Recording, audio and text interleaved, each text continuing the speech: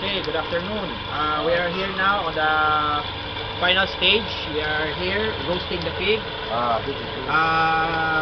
We are using a giant rotisserie, but in the Philippines we use a traditional way of bamboo by just doing it manually. Anyway, this one we are roasting two big pigs. What is important is the charcoal should be just enough so that the pigs will not be burned. Pigs like this, estimate, will be cooked around 2 hours.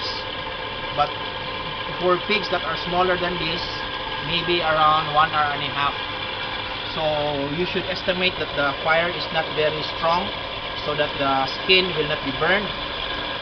So after 2 hours, you can see that the skin will be crispy already. You will not see blood anymore coming out, meaning the pig is already cooked. Okay, so we will wait after 1 and a half to 2 hours and observe again these two pigs. Later on, you will see it will turn into golden red, which is very appealing to the eyes and for the appetite. Okay, so you can see here he is trying to control the fire, the amount of fire, so that it will not be very hot. Okay, so I will be back in a few hours. I will let you see the finished product. Thank you. Stop.